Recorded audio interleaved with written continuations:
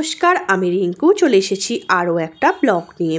তো আজকের ব্লগটা হচ্ছে সকাল থেকে কি করলাম। তো সকালের সমস্ত কাজ সেরে ঘরদোর পরিষ্কার করে চলে গিয়েছিলাম রান্নাঘরে। তো একদিকে ভাত আর একদিকে ডাল বসিয়ে দিয়েছিলাম। তো মোটামুটি ভাত কমপ্লিট হয়ে গেছে, আর আমি ভাত নামাবার আগে একটু ঠান্ডা জল দিয়ে দিই, কারণ ভাতটা শক্ত থাকে তাহলে, আর আমাদের একটু শক্ত ভাত খাওয়া হয়। তো এদিকে ডালও মোটামুটি হয়ে গেছে, এরপর সাঁতলে নেব। আজ তো সোমবার, তাই নিরামিষ মুগের ডাল। তো এই দেখো, সব আনাজ মোটামুটি কেটে রেখেছিলাম আর এদিকে বসিয়ে দিয়েছি, আর ভাতটাও উপুর করে দিয়েছি। ডাল বসিয়ে দিয়ে আমি চলে গিয়েছিলাম নিচে।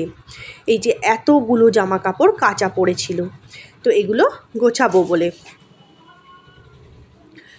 তো গোছাতেই চলে এসেছি, এদিকে ডালটাও হয়ে গেছে, নামিয়ে নিলাম।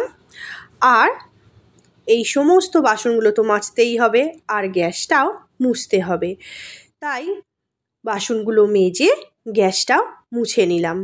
আর বড় মেয়েকে বলেছিলাম, তুই একটু আলুগুলো ছাড়িয়ে দে, তরকারিটা করে নেব, কারণ পরশুদিন থেকে পরীক্ষা মেয়েদের, তাই একটু পড়াতে বসবো। কেমন লাগলো বল।